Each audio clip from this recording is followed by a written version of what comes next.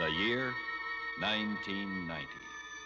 The problem of traveling to the moon has been solved for many years. Space stations have been built there, and authorized personnel come and go as they wish. But the moon is a dead world, and the great question about space still remains. Does life exist on another planet?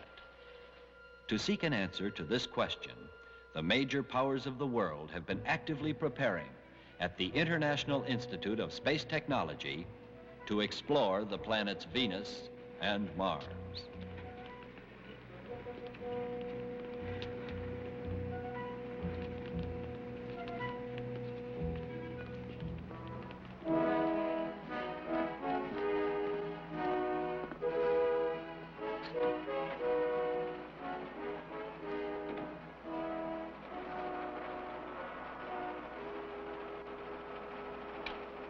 Ready for lunch? Ready for lunch? Yes. Oh, great, because I'm starved. I just finished a high G session in the centrifuge. How do you feel? Not bad, considering. How's the music of the spheres today? Listen.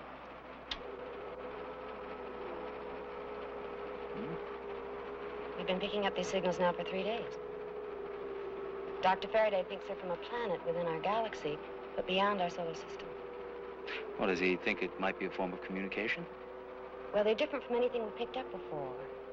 They're working on some tapes that I've made now, trying to see if they can decipher it. Bill, I'm leaving the recorder on automatic. Will you keep an eye on it for me? Right. Must be a message of some kind. And just think, if it is, it will be our first contact with intelligent beings from another planet.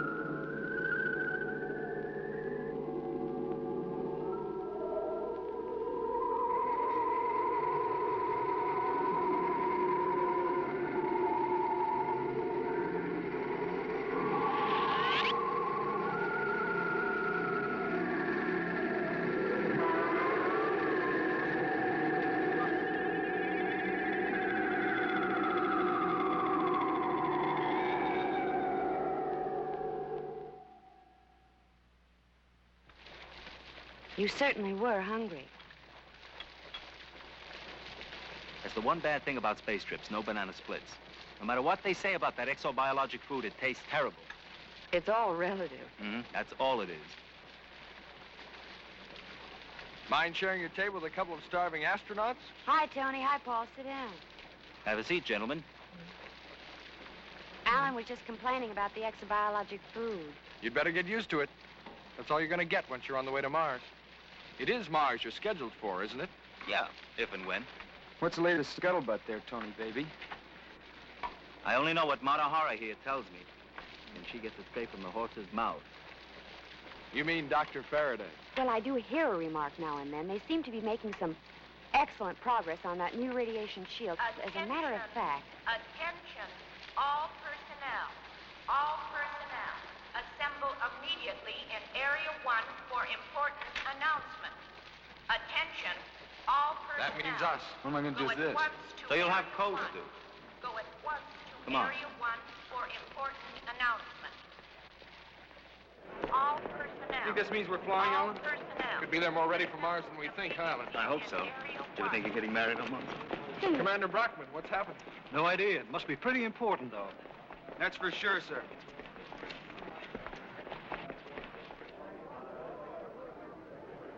My friends and fellow workers, In the great adventure of space, I have the most important news to announce since our first successful landing on the moon 20 years ago. As many of you know, for several weeks now, we have been receiving organized signals from a far galaxy. This morning, our code experts finally deciphered the message these signals contain. It's a most extraordinary document. It's very long. I'm not going to read it to you, but I would like you to have the gist of it. It informs us that they are dispatching a spaceship to bring their ambassador to our planet Earth. they believe our atmospheric conditions will support their form of life. which apparently is similar to our own. The timing of their blast off should be just about now. I wanted you here at Space Institute to be the first to know. I'm sure the entire world will await the arrival of this spaceship With the keenest anticipation. Thank you.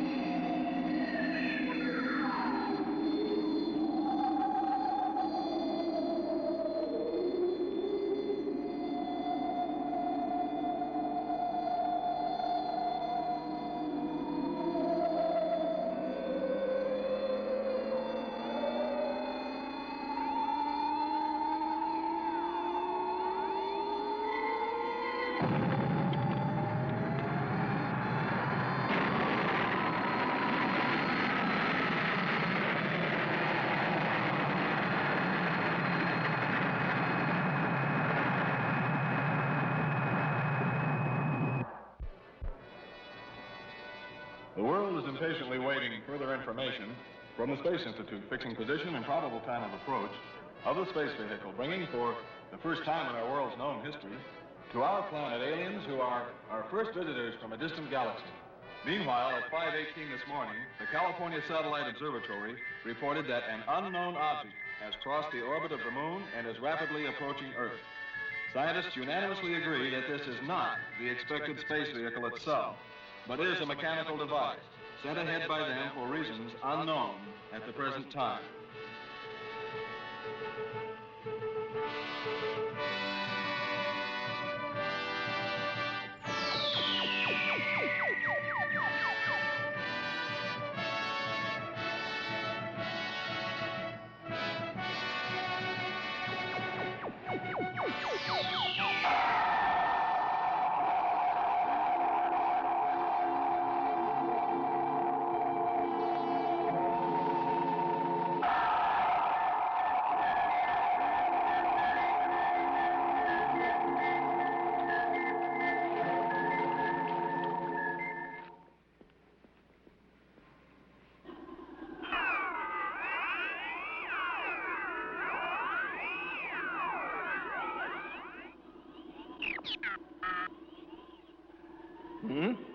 Doctor, Yes? is your report ready?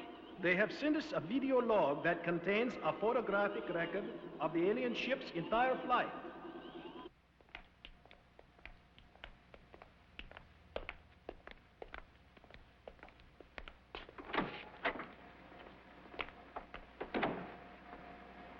You ready?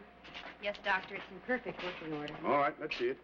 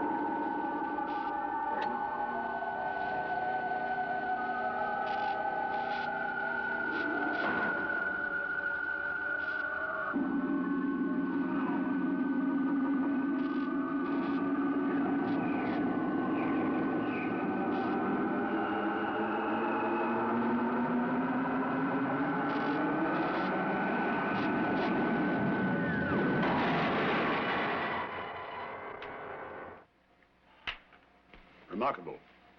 Crash landing on Mars. And this is their SOS. We are obviously in touch with beings who have a very highly evolved technology. You think their ship was destroyed, Doctor? No, I don't. I think there's an excellent chance that there may be survivors. But we haven't received any more signals now for 3 days. Well, that may mean merely damaged equipment. What I'm interested in is the possibility that these extraordinary creatures who have sent us this video log of their disaster may, at this instant, be waiting for us to rescue them. But Dr. Faraday, Attention, Dr. Faraday. Please report to your office immediately. They can't wait to hear what it's about. I intend to schedule a press conference for 10 o'clock tomorrow morning. The world wants to know what has happened, and I shall tell them. But the real question remains to be answered. What are we going to do about it?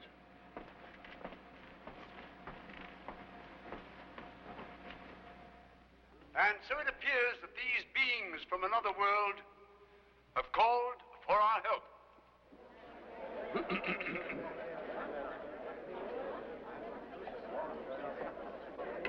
The situation may not be exactly as we would have wished, but now that the doors have realistically opened to close the gap between worlds, I feel that we are obliged to make every effort to give them our help. It is true, of course, that we are fully prepared to embark for Mars. The spaceship Oceano has been designated to attempt the first flight to Mars 6 months from now. I'm going to urge the heads of state of all countries to cooperate in this endeavor. Time to go to Mars is now, and not 6 months from now. And to do so, we must get those supplies to the moon.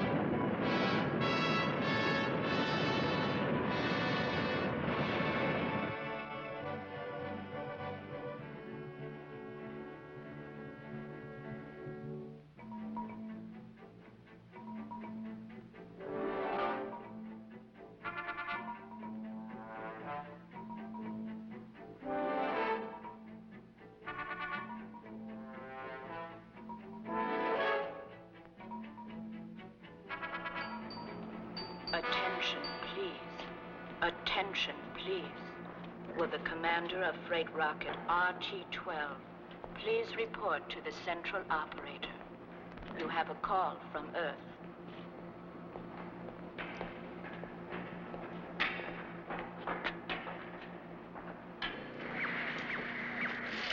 I'm sorry, Doctor. We don't seem to be able to pick up a thing. Their equipment must have been destroyed in the crash.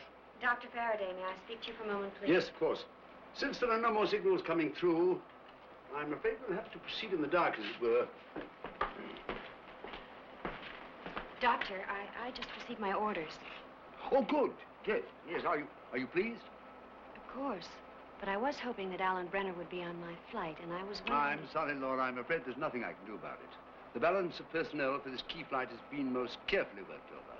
We shall undoubtedly send Brenner on the Oceano, too. I see. It's a great honor that's been bestowed on you, Laura, and I don't mind telling you now that I was one of those who recommended you. I appreciate that. Dr. Faraday, please report to the astrophysical laboratory immediately. Well, Laura, marvelous adventure lies ahead of you. I envy you. Good luck. Thank you.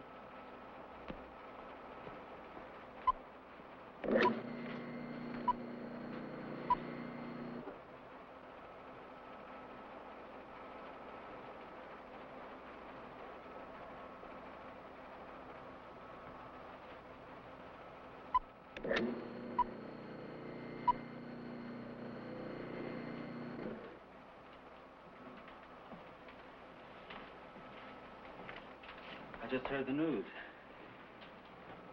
And I was just trying to get up enough courage to tell you. Well, we sort of figured it might happen this way.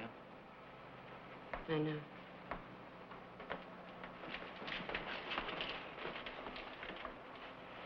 Oh, look. I'm sure I'm going to be on the next ship. I'll make a date right now to see you there. In fact, I tell you what. I'll take you dancing on Mars. How about that? Attention. Astronaut Laura James. Laura James, please report to the Central Conference Room for a press and television interview. Hey, you're going to be the most famous girl in America.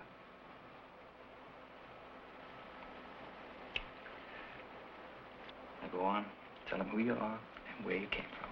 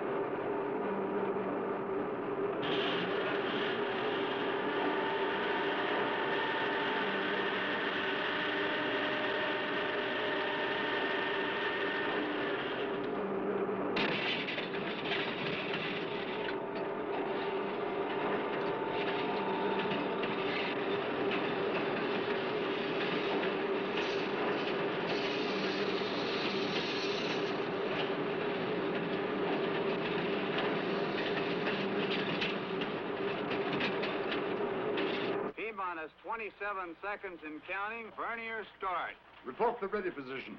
2 over 0, minus X-ray, 1-2. All systems green, Delta minus 1/8 seconds to start. Ready light is on. Countdown start.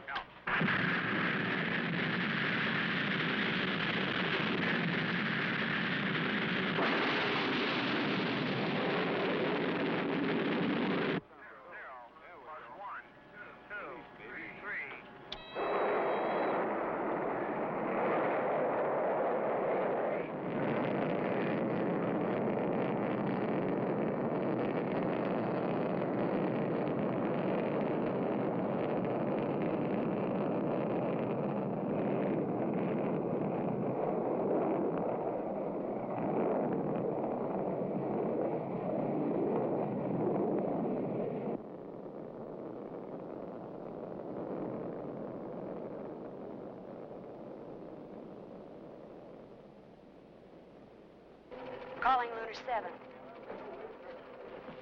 Dr. Faraday speaking. Commander Brockman reporting, sir. How are you doing? Everything according to plan, sir. Astronaut James blacked out during acceleration, but is now revived. All instrument readings, normal. Splendid, Commander. Just keep going. Yes, sir. We intend to, sir.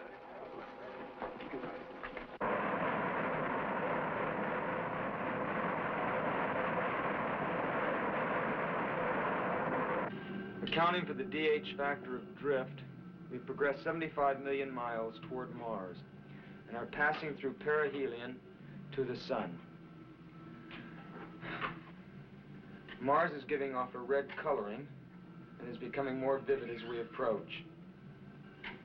It suggests that there is a really deep oxidation of the planet's major substance. How does that sound for the ship's log, sir? Very good. Accurate and rather imaginative. Thank you, sir. Maybe when we get back to Earth, you can have that published. And you'll be known as that famous writer-astronaut fellow. Well, I never thought of it that way.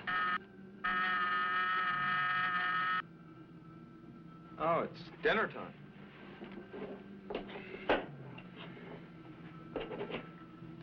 Commander, aren't you going to eat dinner? No, I'm not very hungry. How about you? You very hungry? I'm starved. Well, good. So am I. Let's go eat. What's that? Something's happened to the instruments control side room.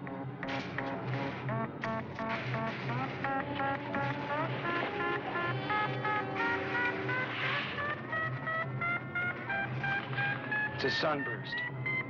Put on your helmets.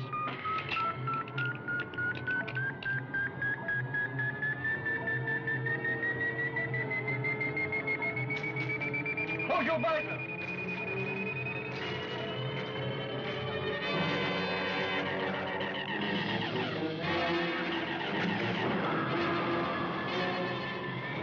I'm switching to emergency controls on Group 3 and Group 7. On to maximum protection. All controls are working. Use all power available. Yes, sir.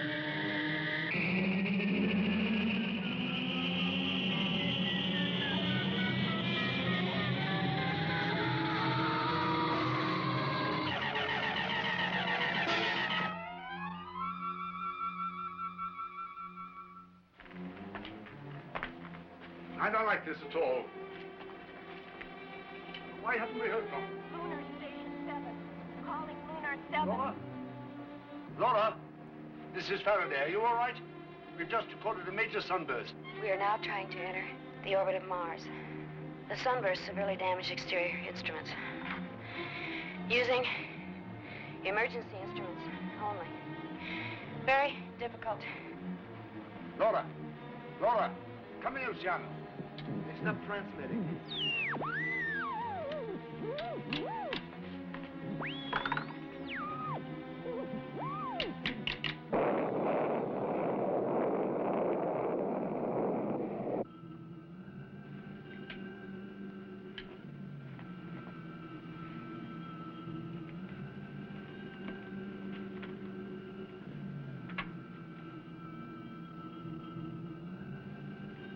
Paul? Paul?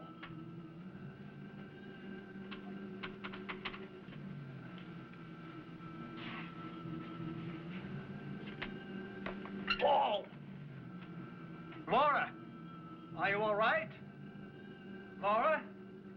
Yes. Bring the oxygenator tablets, quick.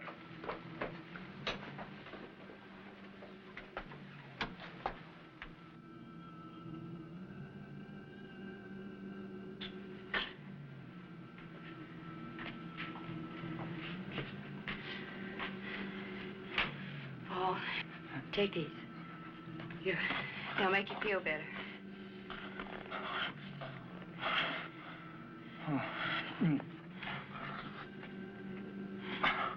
Oh, I've got a whole symphony in my ears. They ain't Brahms. It will go soon. Are you feeling better? Oh, I guess our emergency equipment worked okay, huh? We're in orbit now. We've got to locate the ship. Now, Paul, you do the observing. Laura, turn off the ultraviolet protection shield. And contact Lunar 7. Let them know we came through safely. I'm going to check the fuel supply.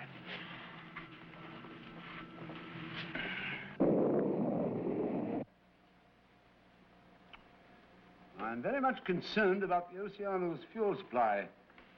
That accident forced them to use more than they could spare. You mean they may have trouble landing? No, but it'll be touch and go on the return trip. We must get the Oceano 2 launched sooner. Lunar 7, calling Lunar 7. This is Oceano. Oceano calling Lunar 7. We read you, Oceano. Over. Laura, this is Faraday speaking. We have good news. We've located the interstellar vehicle. It is in section 18, unit 5. Got it. We are now entering orbit position to land. We will transmit again from Mars. Well, gentlemen, our mystery should be solved very soon.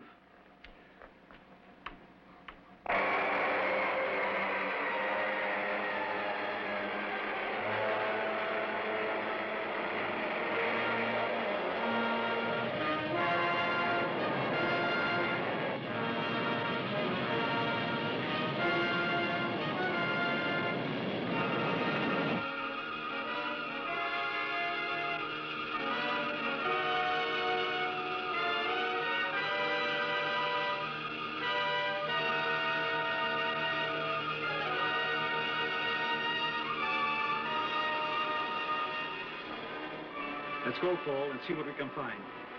We'll stay in contact with you.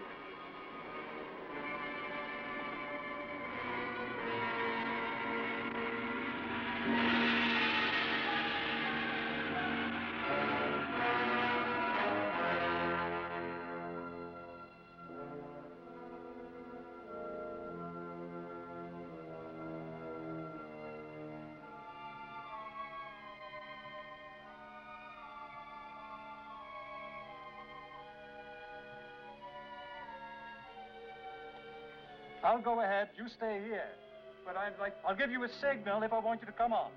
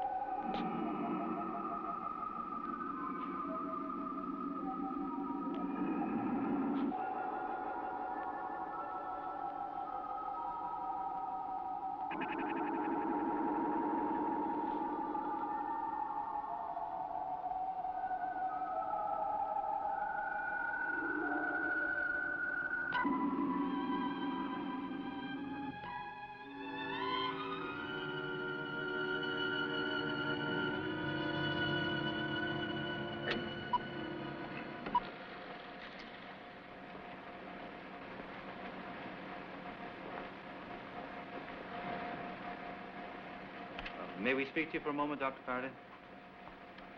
Certainly, gentlemen. What's on your minds? Well, we've been trying to figure out what's happened to the other space people. I mean, it seems there must be more than one dead man. But of course there's more than one dead man. The others must have boarded a rescue rocket, which at this very instant is marooned someplace else on Mars. It's the only possible explanation. Then we'd have to send observation satellites, isn't that correct, sir? It's the only way to find the other ship. Unfortunately, the Oceano 2 isn't ready for blastoff yet. Well, that's what we wanted to talk to you about. The rocket ship Meteor is ready to go. And Tony and I figure we can take the observation satellites on it and get them there immediately. Gentlemen, the Meteor is much too small a ship for that kind of trip. Your fuel would be all used up. You couldn't even land on Mars, much less return to Earth. We don't intend to land on Mars. What? Look, Dr. Faraday, let me show you what we mean. All right. After we put the satellites into orbit, we can land on one of the moons of Mars, Phobos. We'll have plenty of fuel for this because the gravity here is so slight. And from Phobos, we can get to Mars in our rescue ship. Clever. Logical. Possible, but it's too great a risk. The slightest miscalculation would mean complete disaster. Every space flight is risky, Dr. Faraday. No, really, Doctor, this is too important. We have our calculations carefully worked out. I know we can do it. You're either fools or very brave men. I'll see what can be arranged.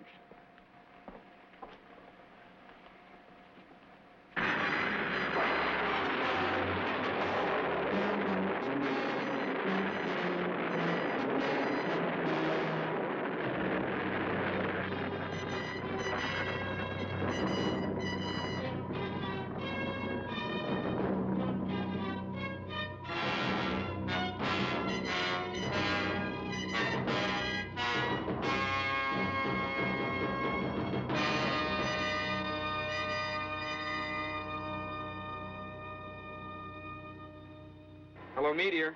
Hello, Oceano. We have arrived in orbit. Congratulations, Tony. Let me speak to your co-pilot. There's someone here who wants to say hello. Alan can't speak now. He's releasing the observation satellites. Let's talk again at 22:30 hours. All right. Paul, Laura, come here. You can see the satellite.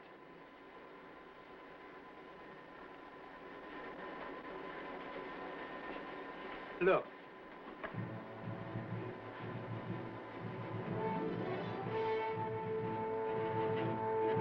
Now we'll find him. We'll find him for sure.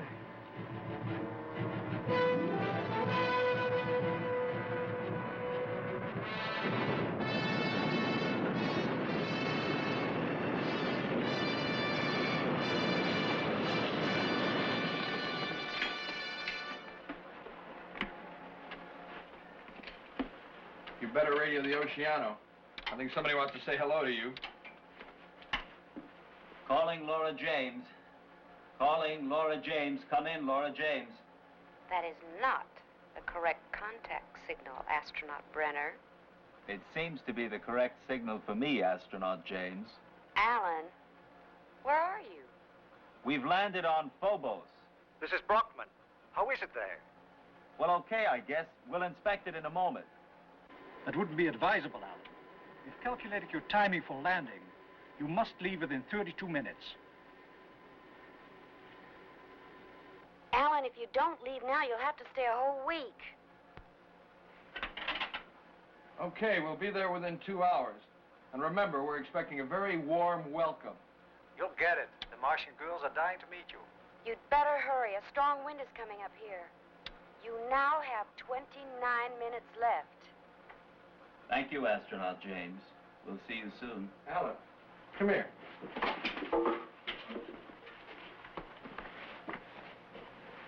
What is that? I don't know.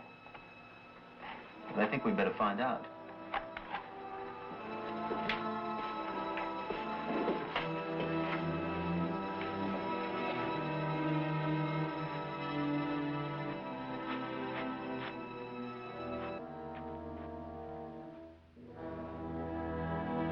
That's it. The main ship is on Mars. The rescue ship landed here on Phobos.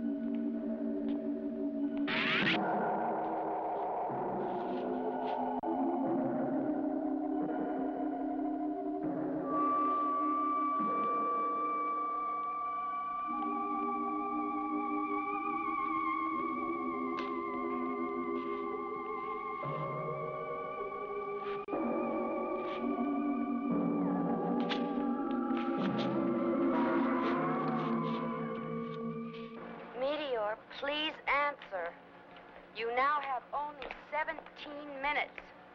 17 minutes. Answer, please. This is Meteor. We have amazing news for you. It turns out they landed on Phobos. I don't... Who's they? The astronauts from the other planet. The rescue ship landed here, and one of them is alive. We're going to bring her with us. But your rescue ship can only carry 2 people. I know. Do you have any suggestions? Hey, what? This is something we've got to decide between ourselves, Tony. You heard Laura. 17 minutes. 16 now. Well, I know, but... We've got no choice, Tony. The rescue ship can't possibly carry more than 2. And this being is the whole reason we came here.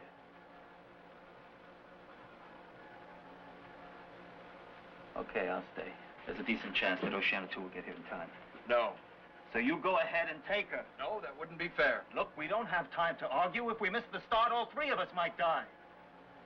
Okay. Let's flip for it. All right, if it'll make you feel better. I haven't got any coins. All I have is paper moon money. My old American good luck piece. Call it. Heads.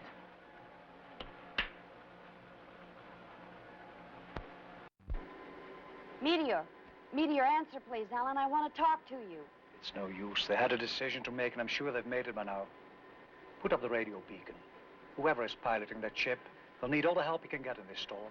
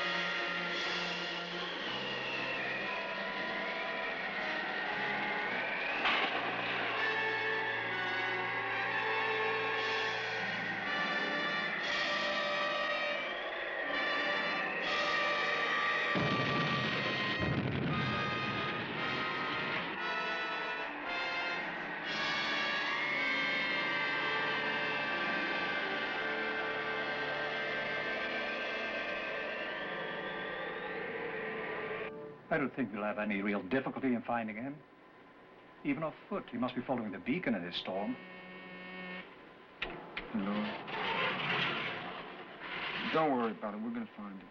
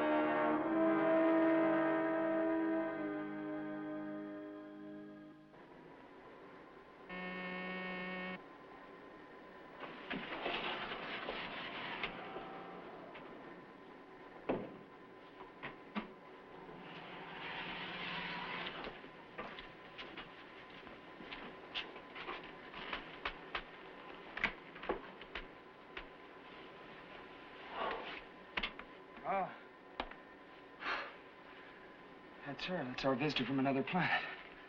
Strange.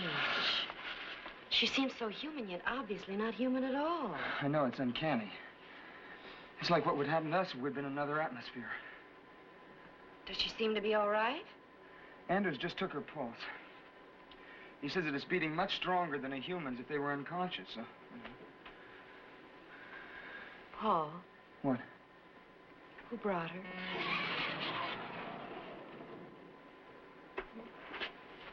Alan. Oh, I was so afraid you were going to stay. Are you sure, Commander, that there's not going to be enough fuel? I'm sorry, Alan, there isn't. Enough for what? I wanted to pick up Tony. Laura, contact Luna 7. I want to talk to Dr. Faraday about this. Yes,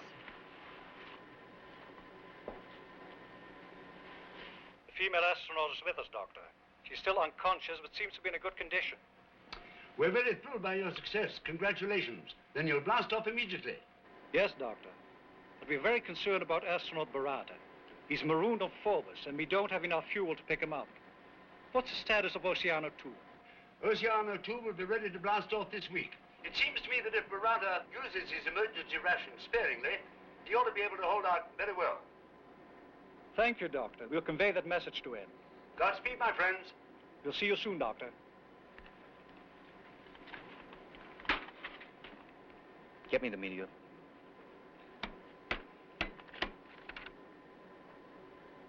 Hello, Meteor. This is Command Ship Oceano calling. Hello, Meteor. This is Command Ship Oceano calling. Answer, please. Tony, this is Alan. Listen, Tony, we have good news for you. Are you listening? Please answer. Meteor calling Spaceship Meteor. This is Command Ship Oceano calling. Why doesn't he answer? Are you sure you're sending properly, Laura? Yes, Alan. It's sending for him. We'll just have to keep trying until we get him. Hello, Meteor. This is Command Ship Oceano. Answer, please. Tony, are you there? I have important news for you. This is Meteor. Do you hear me? Tony, we do hear you. Why haven't you answered? I went outside to collect some soil samples. I'm going to set up a little lab here. Keep myself busy for a while. That's great, Tony. Because, listen, we have good news for you. Oceano 2 blasts off in a week. And Dr. Faraday says it can get to you. Just don't eat too much. Thanks, I won't.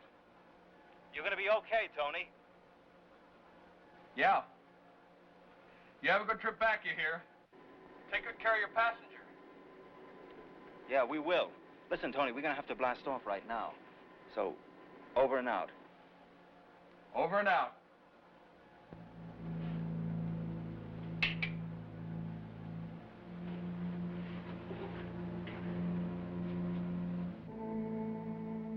Commander, she's coming around.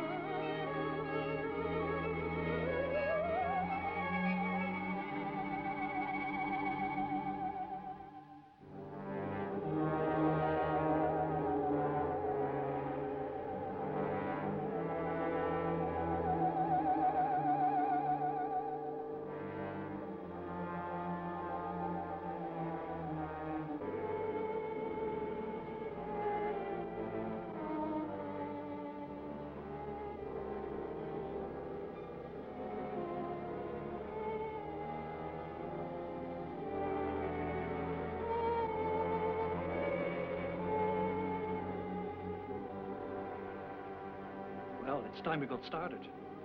Alan, prepare a navigational chart. Yes, Commander. Laura, begin the timing check now. Yes, Commander. 4, Yes, sir. I want you to make a thorough check of the electrical system and gravity simulator. Be sure we didn't miss any of the damage that was caused by the sunburst. Yes, sir. And oh, Paul, I think you're the logical choice to take care of our passenger. I thought of suggesting it to Laura. But it seems our visitor doesn't get along very well with her own sex. Yes, sir. Well, I'll do my best, Commander. You can count on me, sir. I'm sure you will.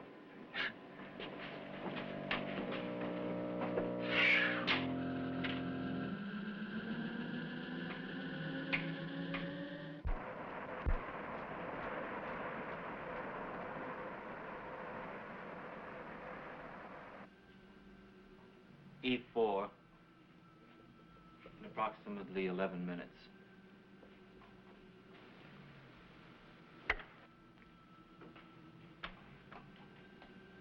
D1.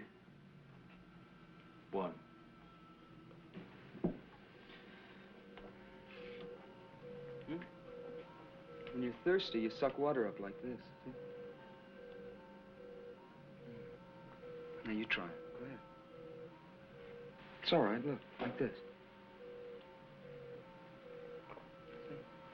Go ahead. That's very good.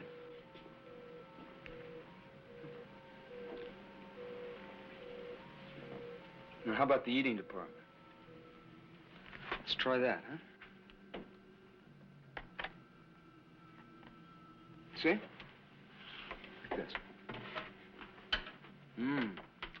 It's good. It's not that it tastes so great, but it's so good for you. All right, now you try. Look, like this. Here, I'll try first.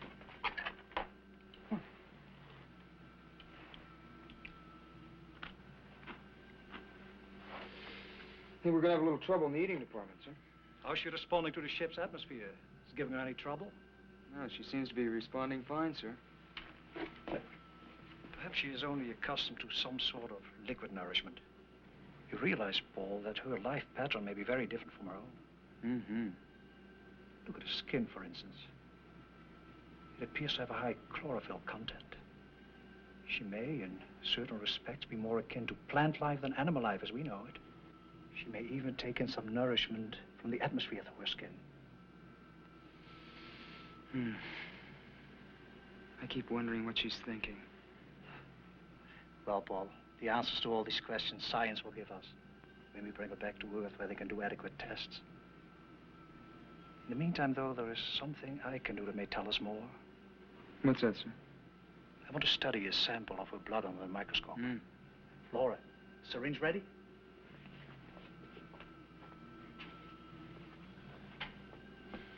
Take her arm, Paul. Yes, sir.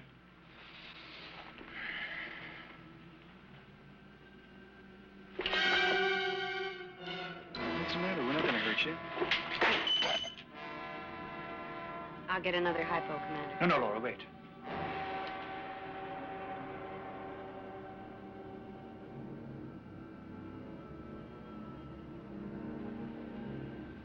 This is more than some childish fear of the needle. Perhaps she has an extremely low pain threshold. Perhaps. Perhaps what, sir? I don't know. But we mustn't do anything that may affect her health adversely. She's probably the most valuable specimen for scientific research in the history of our planet. To get her back to Earth safely has to be our first consideration. Paul, it's your turn to watch the controls, isn't it? Yes, Commander, it is, sir. We'll discuss her puzzling behavior later on again. You know, it might be a good idea to put out some food for her. Perhaps if she gets very hungry, she'll give it a try. I have some right here, sir. Oh. I have to go mind the controls of this old ship now. I'm leaving you some food here in case you get hungry. Some water. You ought to try to get some sleep. You know, sleep? All right? Sleep? Okay.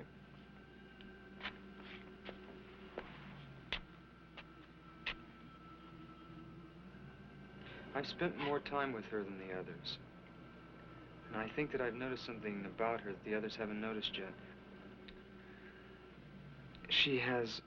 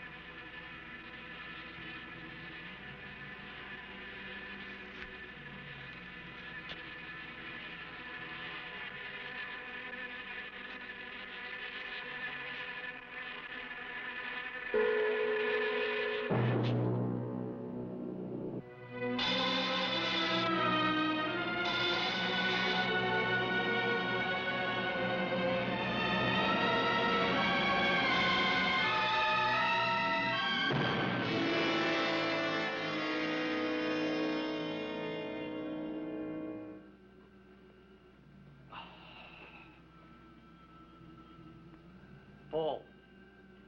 Paul, wake up.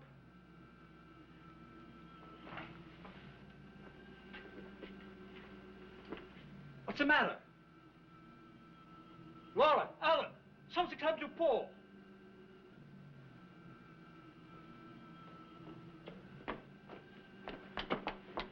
What happened? He's dead. How? I don't know yet. Laura, check our passenger. See if she's all right. Yes. Could he have had a heart attack? He seemed perfectly well last night. He was perfectly well. Look.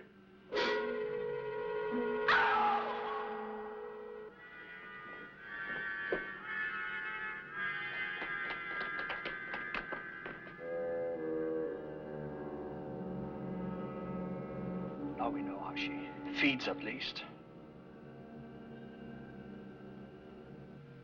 She's a monster.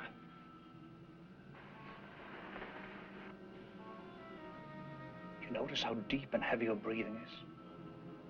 She's gorged herself with fresh blood.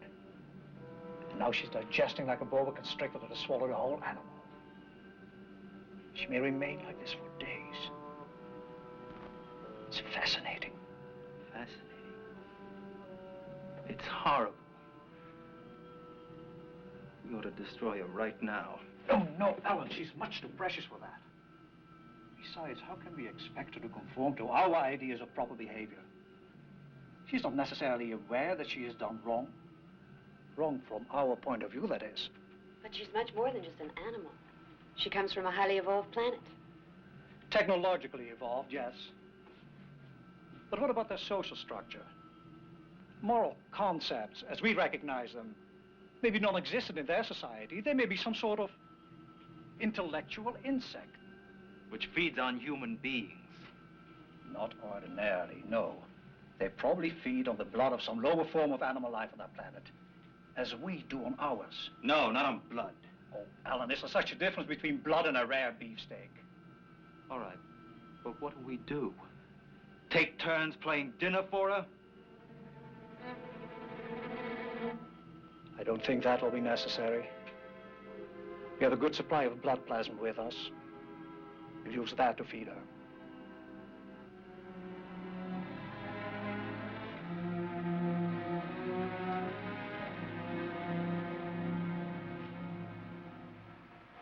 We found astronaut Paul Grant dead at 00 hours this morning. Cause of death has been determined as loss of blood. How did it happen? I hope this won't sound too fantastic, Doctor. It's not very pleasant.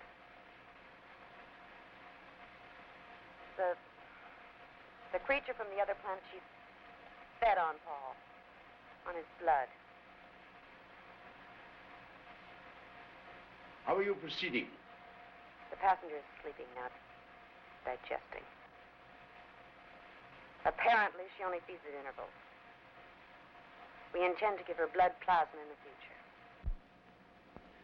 I see. You understand how important it is to keep her well and to bring her back with you safely. Commander Brockman has made this clear, Doctor. You will follow Emergency Plan 82 for the disposal of astronaut Grant's body. Yes, sir. That is our intention. Very well. Contact again in 24 hours. We will, Dr. Faraday.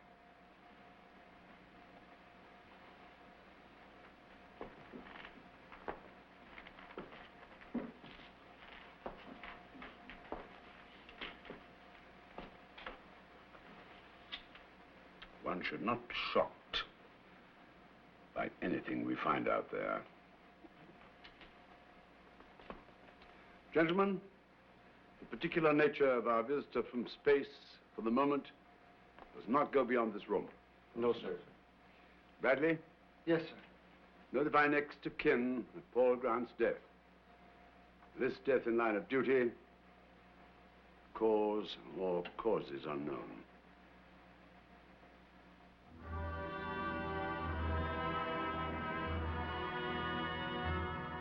Go ahead, Alan.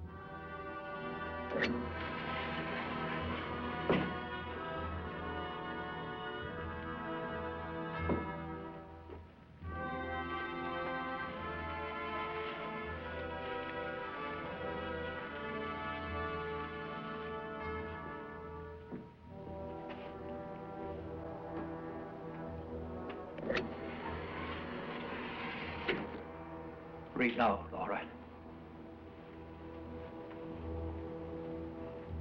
Know ye that the Lord, he is God. It is he that hath made us, not we ourselves. We are his people and the sheep of his pasture. Enter into his gates with thanksgiving, and into his courts with praise. For ye must know that God will redeem thy soul from the power of the grave. For he shall receive thee. Amen.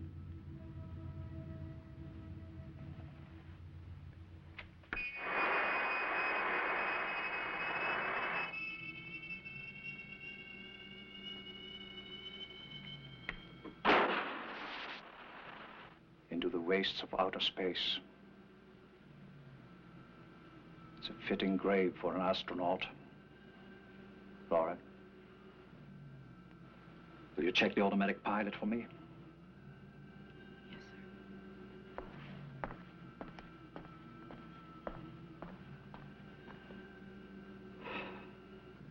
Alan, I need some exercise. Well, don't you think we ought to keep that thing tied up or something? I mean, when she wakes again, she's going to be dangerous. She'll only be dangerous when she's hungry, or if you're all asleep. So, we'll keep her fed, and one of us is going to stay awake at all time. You know, there's one thing that really bothers me. What's that? There wasn't any sign of a struggle. She must have attacked him in his sleep. What do you mean, that he wouldn't have felt it and wakened up? Not necessarily. People are often unaware of being attacked by a vampire bat while they're sleeping. Perhaps nature has given her a protective saliva that deadens the pain of the victim. Then afterwards, because of the lack of blood, consciousness never returns. No, Alan, I don't think it is a mystery that there was no sign of a struggle.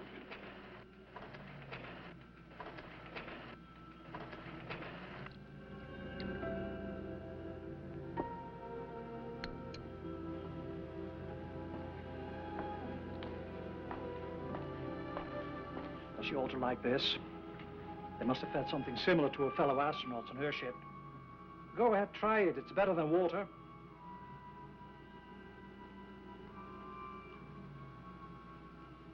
There, you see? She'll be well fed, we'll be safe, and we'll bring a healthy specimen home with us. And if we run out of plasma, Commander? Well, in that case, we may have to take turns in contributing to her well-being. Oh, I know it sounds ghoulish, but is it really so different from having a patient aboard who needs frequent transfusions?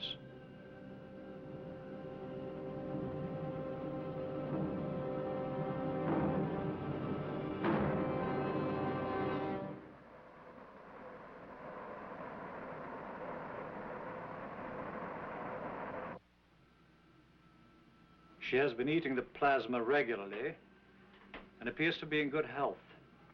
However, yesterday we ran out of supply, and from now on, it will be necessary.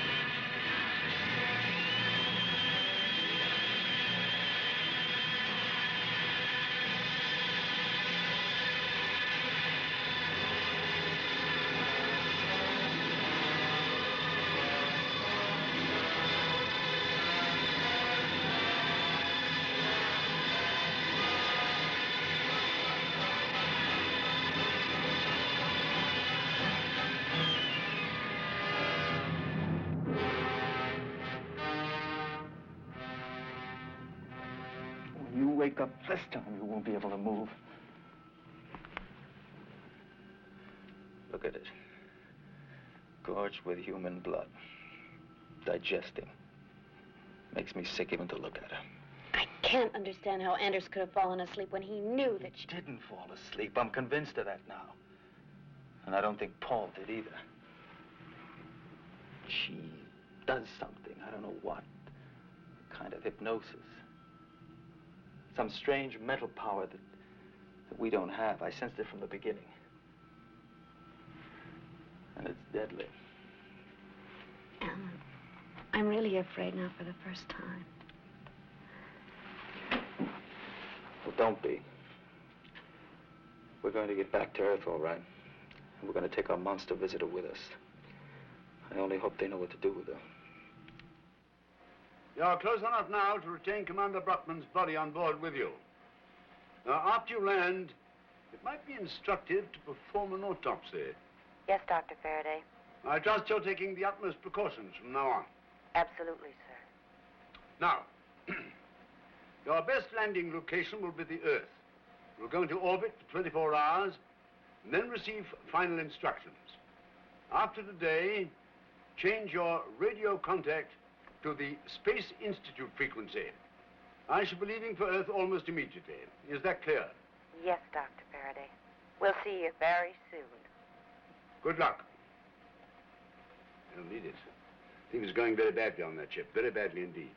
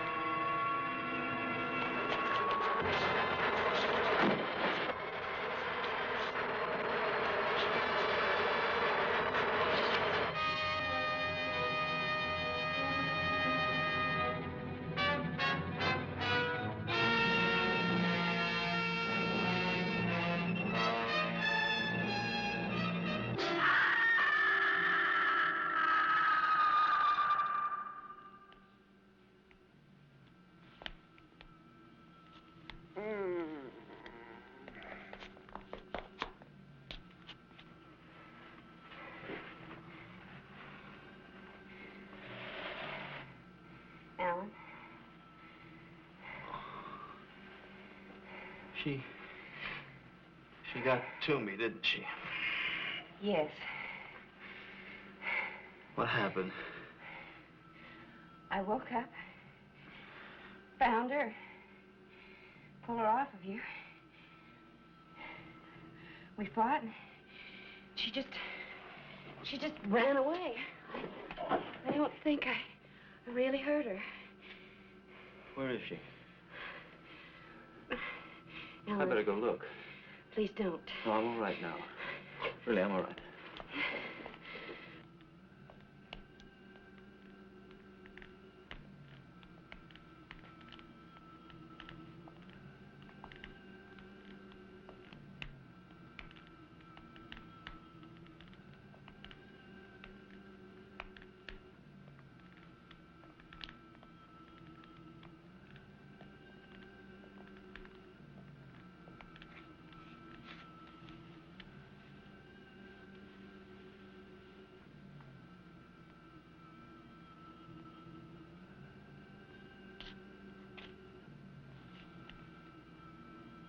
What's happened to her?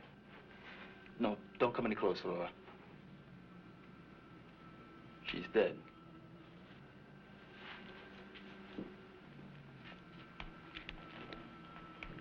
Now I know why she wouldn't let us take that blood sample. Why? She's bled to death. All you did was scratch her, and she's bled to death. She's a hemophiliac. Perhaps she was some sort of royalty where she came from. A queen, maybe.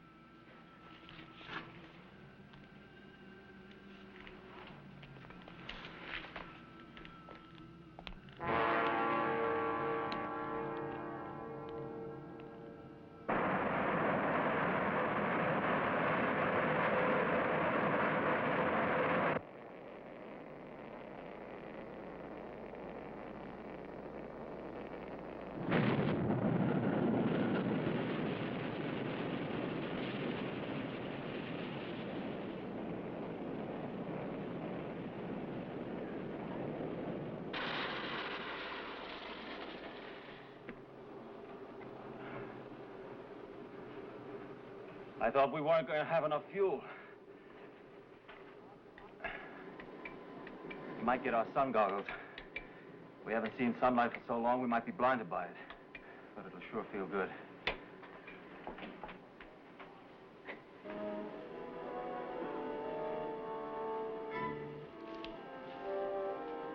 What is it? It's some kind of egg. Eggs?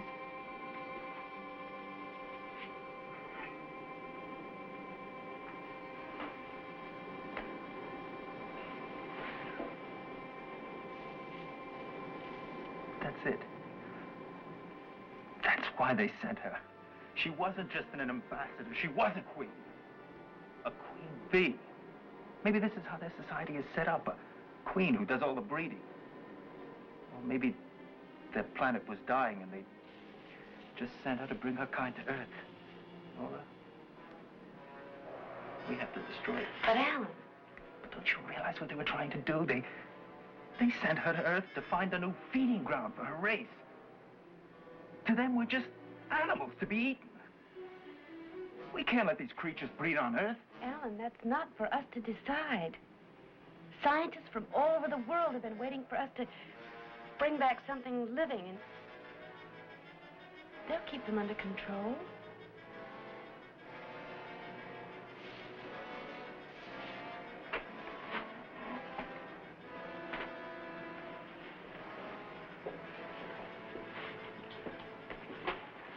I wonder.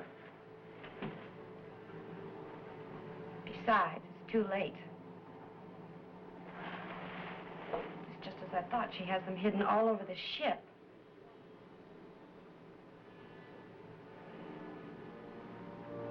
They'll have to tear this ship apart piece by piece and fumigate it.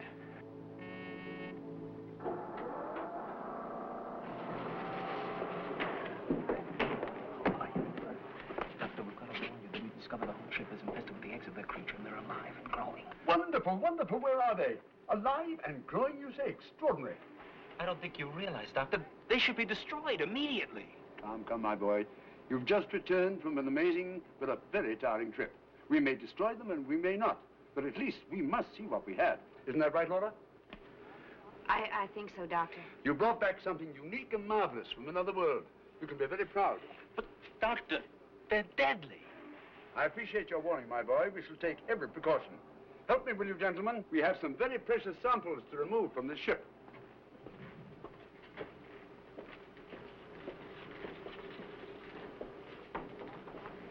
Well, I tried. They're scientists, Alan. They know what they're doing. I hope so. Come on.